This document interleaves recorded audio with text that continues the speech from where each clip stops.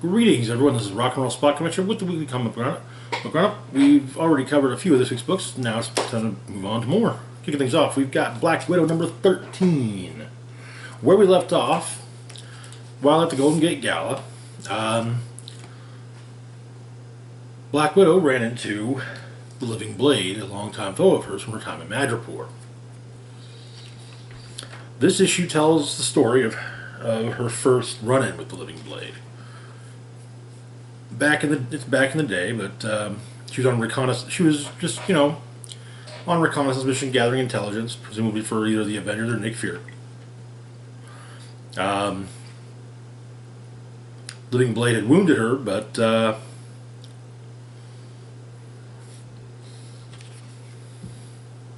it's Black Widow. Of course, she put up a fight. She did what she could to run. The fight just kind of keeps going through various points of looks. I would say is more likely high town than low town. Madripoor kind of has, you've got high town, which is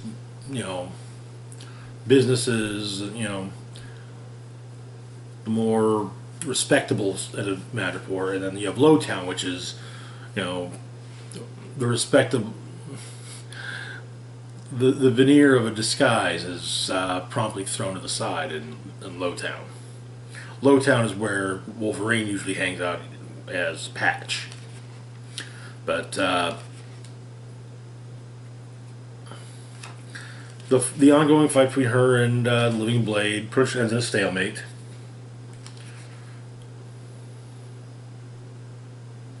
And she says that she realizes she's marked by him from this moment onward.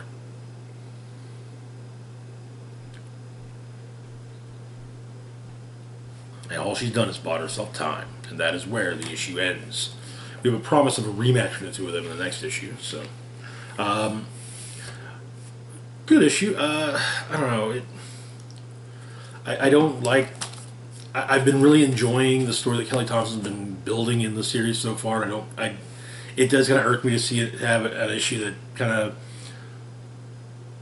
pulls that to the side and say, nope, we're going to take a break from the story to do this. Which, hey, it's important to the story to establish the past between Natasha and the Living Blade, but still, yeah. Otherwise, it's a quality issue. I mean, the book's been great. Kelly Thompson's Black Widow is one of the best books that Marvel puts out currently. Anyway, moving on to our next book, we've got Captain America Iron Man number 2.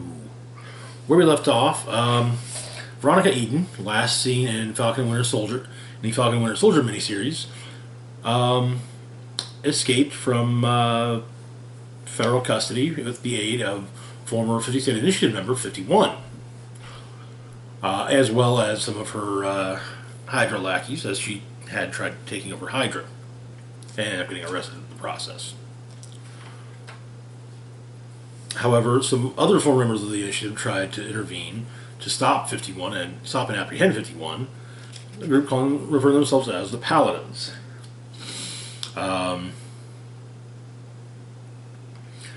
Apparently, it was revealed that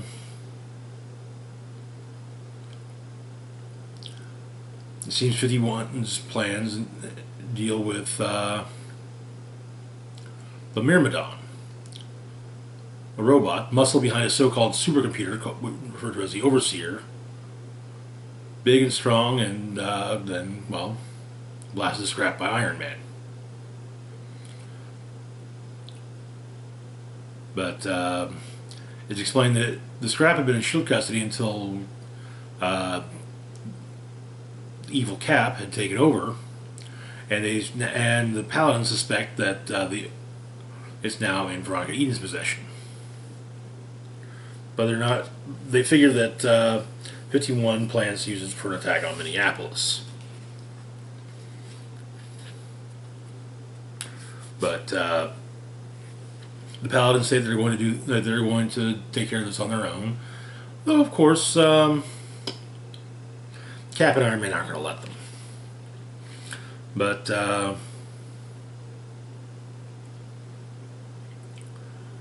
51 and Veronica Eden make it to a Hydra base. Cap shows Tony Stark around his new brownstone. The Paladins are in action in upstate New York. Former Shield bunker called the Annex used to store seized weaponry and impounded alien technology.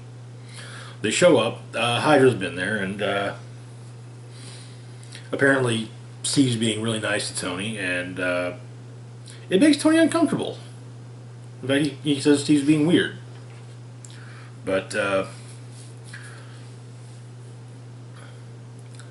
Veronica Eden's got her own getup. It appears to be a.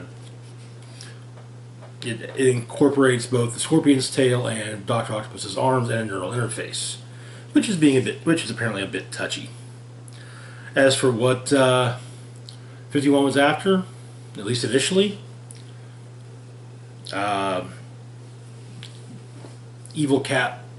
Cap's Supreme Hydra armor, or Hydra Supreme armor.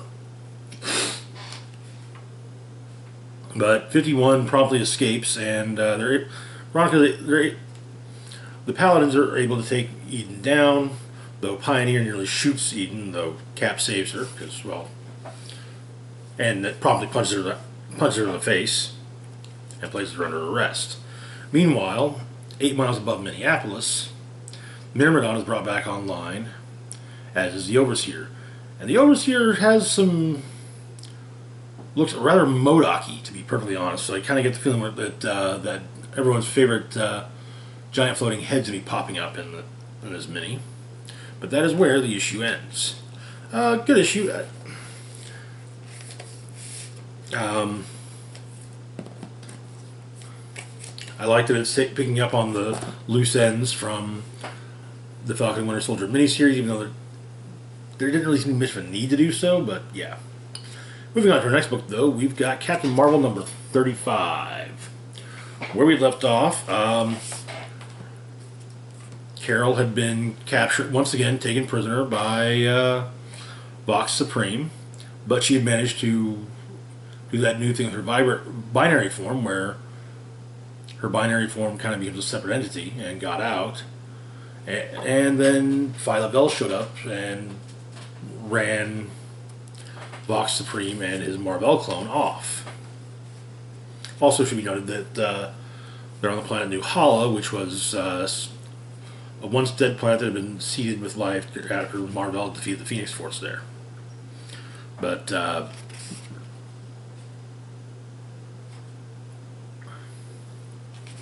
so Phyla Vell frees Carol and uses the device of Tony's to get the dark Marvel suit off of her.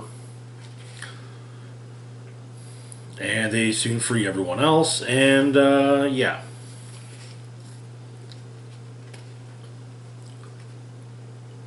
Spider-Woman, Monica Rambeau, Hazmat, War Machine, Novar, and Genus Vell are all freed from Dark Marvel suits.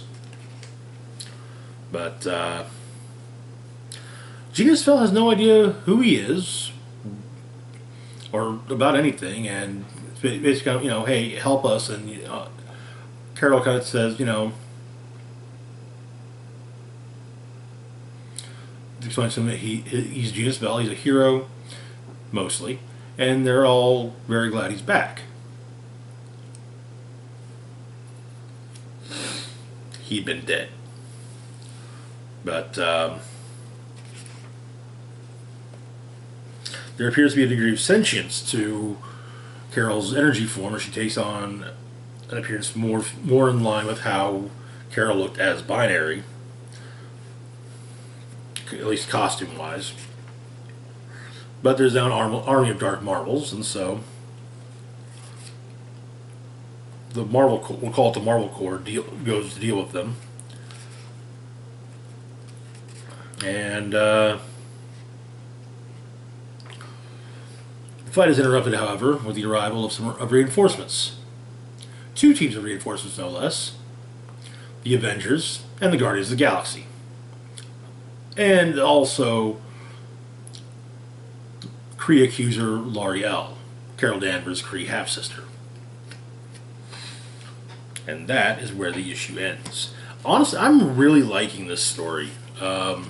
And it's cool we're getting the return of Genus Bell. I have to wonder if maybe that's the premise of the upcoming Silver Surfer miniseries, The Return. But we'll see when that drops. Chances it's Marvel Cosmic stuff. I'll probably be reading it. So yeah. Anyway, moving on to our next book, we've got Thor number 20. Where we left off, Mjolnir had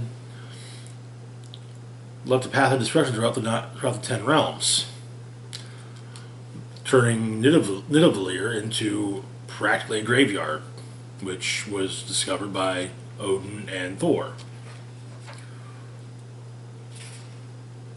And so Thor buries Atri, then has an argument with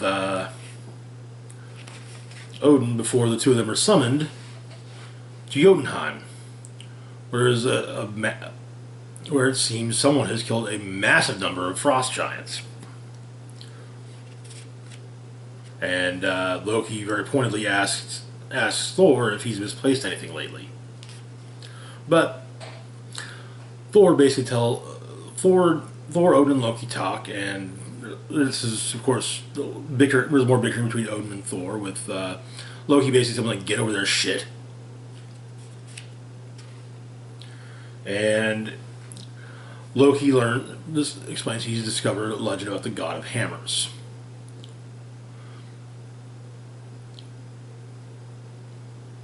Everything he found tells the same story.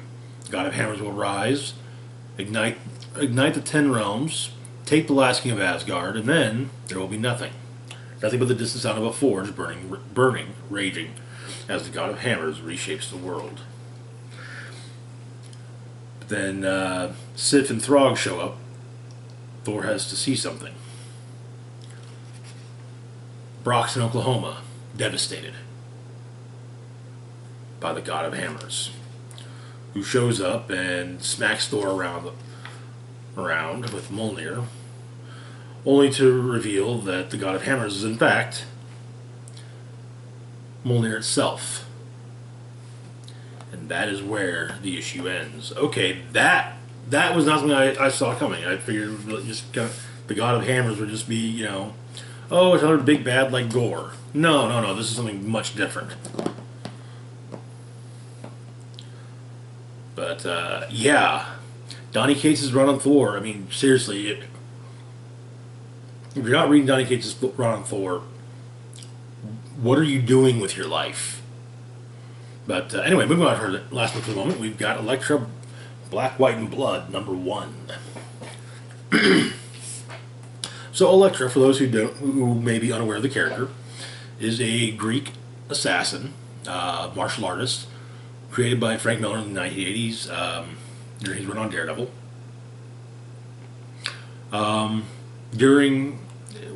With Daredevil, she became a recurring character, and in fact became Daredevil's primary love interest.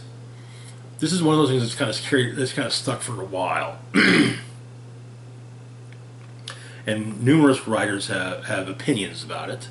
Mark Miller stating that while to Matt Murdock, Elektra is just, someone he loved in the past. To Elektra, Matt Murdock is someone extremely important. And I think that's also something that resonates with a lot of other writers. But currently, Elektra is has taken on the Daredevil mantle and is running around as Daredevil in Chip Zdarsky. Well, was running around as Daredevil in Chip Zdarsky's Daredevil run, and now continues to do so in the spin-off crossover Devil's Reign. None of the stories in this issue deal with current things, and they're much more in line. I feel like they're much more in line with the stories from the Carnage, Black, White, and Blood miniseries. Not necessarily talking about past tales, just kind of other tales involving Elektra, but not in continuity remotely. We got Red Dawn by Charles Soule and Mark Bagley. But Mark Bagley's artwork makes it my favorite story of the issue. Just all there is to it. We got Not the Devil by Leonardo Romero, and The Crimson Path by Declan Shalvey and Simone D'Arini. I'm a little surprised that Shalvey didn't do the art for the story he wrote. the Wolverine Red, White, Black, White, and Blood mini, if I remember correctly. Shelby did a story, wrote and drew a story in that one. But so Red Dawn, it says it takes place in the time of Blood and Fans, but Elektra is attacked by vampires and turned. She fights off the vampires, killing them all. Returns home, but when she looks upon her daughter, she sees her what she sees is her, how the veins play over the body, and she goes into various other homes in their town and sees the same thing. And so, Elektra drops her size, stands in front of the moon, and the next morning, her daughter comes out and finds the charred remains of Elektra. Next up, we've got Not the Devil. There's been a massacre of some drug dealers. Couple crooked cops who explain they're on the take, that state to themselves that they're both on the take from Kingpin. But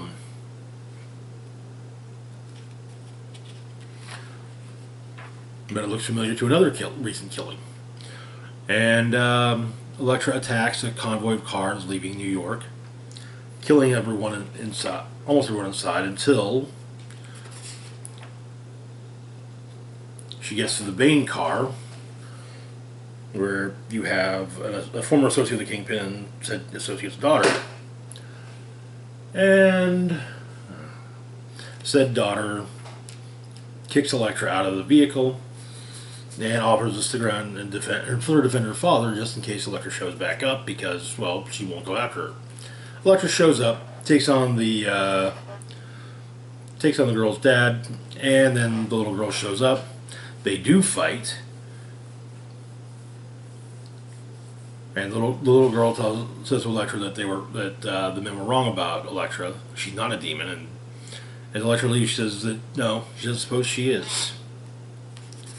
Which brings us to our last story, The Crimson Path. This feels very allegorical.